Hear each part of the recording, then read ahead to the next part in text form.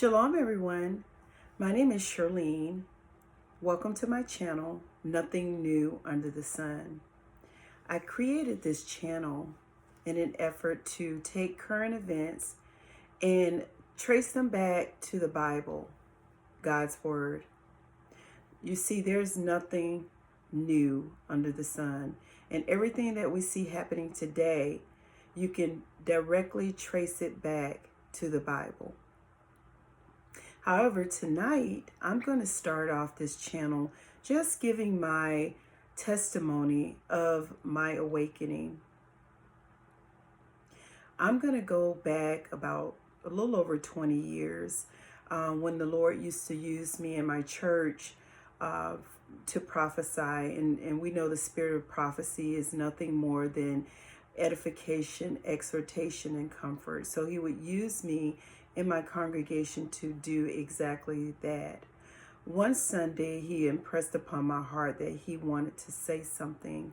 So I got up, and usually the way it works with me is I'll say a word that comes to me, and then he'll just take it from there and develop it as I'm speaking. So the word was, I am waking up a sleeping giant who will go about and do my bidding. And as I was giving that word, I felt an impression in my heart that this waking up this sleeping giant would be a progression. It wouldn't be all at once. And at the moment, I thought he was speaking of Christians, of the saints. And that's important for what I'm going to say later on. But I had it all wrong in my thinking back then. But, I just was obedient. And years later, the Lord was speaking to me about those things. And as he was starting to give me more. So I'm going to go to fast forward to 2016. And I had this dream one night. Actually, it was that twilight moment between coming out of sleep and fully waking up. And he said to me, or I heard this voice say to me, the Jews hate you. And I woke up and I was like, what are you talking about? The Jews hate me. I give them money. I send my money over to Israel. I give whatever kind of endeavors that come up. We've flown people from around the world to, we help with the Christian and Jewish fellowship to get Jews over into Israel, and you name it, we supported it. So I grew up believing that those that bless Israel, God will bless, and those that curse Israel, God will curse. So as being a good Christian, I always wanted to make sure I supported Israel. So I woke up out of this sleep and I'm like, whoa, And then there was a moment shortly thereafter where I was listening to a teaching from Andrew Wommack. I was actually attending one of his satellite Bible colleges in Jacksonville, Florida. And I heard him say something that just wouldn't let me go. He was saying that Moses, the reason the children of Israel were in Egypt for 430 years as opposed to the 400 years that the Lord spoke to Abraham about was because Moses killed the Egyptian, and therefore the children of Israel had to suffer another 30 years in Egypt under bondage. And brothers and sisters, that did not sit right with me. Number one, I'm an accountant, and the numbers just didn't add up for me. So I went to the Lord. I was like, Lord, what is going on? It's just something stirring in my spirit at the time. And I'm like, I don't understand this. This doesn't make sense. You're an exact God. You don't need to say, well, around about 400 years. What you say in your word, you mean it, and it's true, and it's exact, and it's perfect. I don't understand this. So that was, something I prayed out to him about. And, I just went on about my business. And one day I was sitting down having dinner, and I heard the Spirit of the Lord say, what if I'm talking about another set of descendants? And I jumped up and I'm like, oh my gosh. And I ran to my computer, and he had me Google how long were the children of Israel in Egypt. And the answer came up 215 years. And I'm like, that doesn't make any sense. They were there for 400 years. And so the Lord just told me to sit down, and I want you to do the math. Okay, so he told me how to do the math. He said, I want you to go back and I want you to look at how old was Jacob when he and the 70 souls, a total of 70 souls, entered into Egypt, where Joseph already was. Okay, and then he said, I want you to look and see how old Joseph was when certain things happened. How long was Joseph in Egypt when his dad, when Jacob entered, with the 70 souls entered? How long was it after they got there that Joseph died? To look into all those numbers. So I sat down, I did that. I actually did it the hard way. I learned years later, all I had to do was look at Levi, which was Moses's great grandfather, to come up with my answer. But the answer was indeed around 215 years. And I'm like, wow. And then the Holy Spirit said, and that when during that 215 years, it wasn't that Israel was in bondage the entire time, because the Bible clearly says that there rose up a Pharaoh after Joseph died that didn't know Joseph. And they started to fear the Israelites because they were growing in number. So they started devising ways to get get the numbers down. And unfortunately, that meant genociding the people. So anyway, the Lord just brought that to my attention, and I'm like, whoa. I'm like, well, what is this 430 years, and what is this 400 years?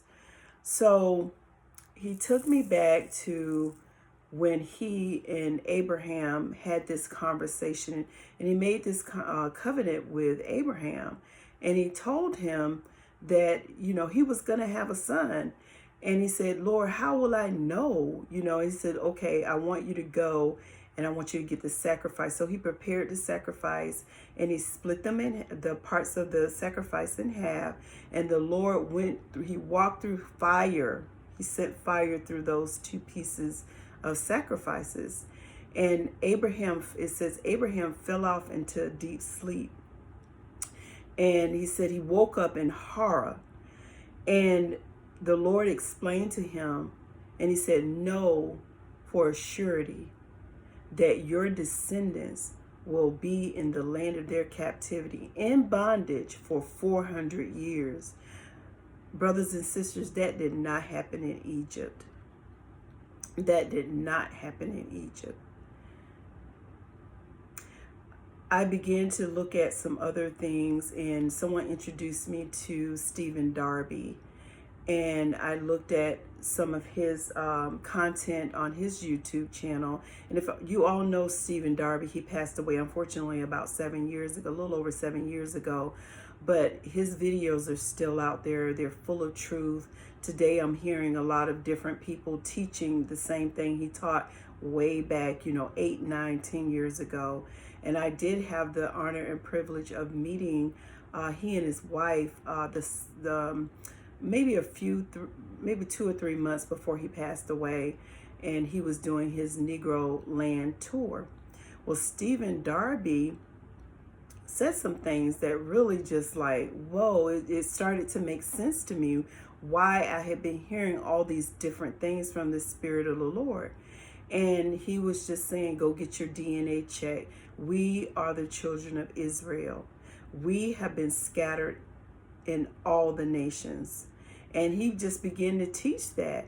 So going back and listening to his videos and the messages, I was like, whoa, it just really impressed upon my heart, and just really, it was like woke me up. We are the children of Israel. During that time, like I said, it was about 2016, 2017. I only shared that information with my family. I bought books. There was one from Timbuktu, or Babylon to Timbuktu, or Timbuktu to Babylon. Look it up. And I bought a series of books, and I began to study these things out and share with my family, and just kind of put it on the back burner. But the Lord just, every now and then, he would deal with me on it. You're the people. You're Israel. And I would just go on about my business. I went to Bible college, a Christian Bible college. I went to Colorado to finish up their business school, and came back home. And I tell you, the Lord began to deal with me again very strongly. Like I said before, this was a progression. So last year, he really, really, really started dealing with me stronger and stronger and stronger. One of my brothers introduced me to Apostle Curtis Lewis. His channel is on YouTube, and their ministry, Someone Cares Ministry. And I heard a message. The first message I ever heard was Jacob's trouble. He began to explain that Jacob's trouble was explained to us incorrectly. That the trouble is not for Jacob. It's Jacob going to be troubling the nations. And I was just totally blown away. And I just listened and listened. I listened to some more messages.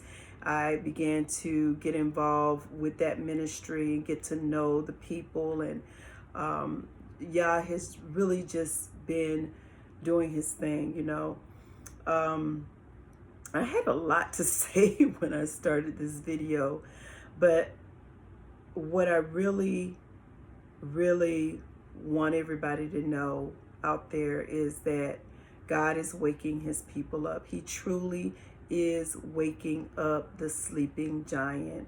And I'm proud to say that I now know who I am. I know whose I am. I know he loves his people, and he hasn't forgotten about his people. You see, Yah did not call religion. Yah didn't call Christianity or Islam. Yah called a family forth. He started with Abraham. He went through Isaac, ended up with Jacob and his 12 sons, which are the 12 tribes of Israel. And he has not forgotten his people. He is waking his people up. And that 400 years that I talked about earlier, I finally know what that 400 years referred to. It referred to another set of descendants. That 400 years really just ended in 2019. That 400 years was not in Egypt. That 400 years was in America, the United States of America. You see, those people over in Israel, the 1948 people, they're not the true people.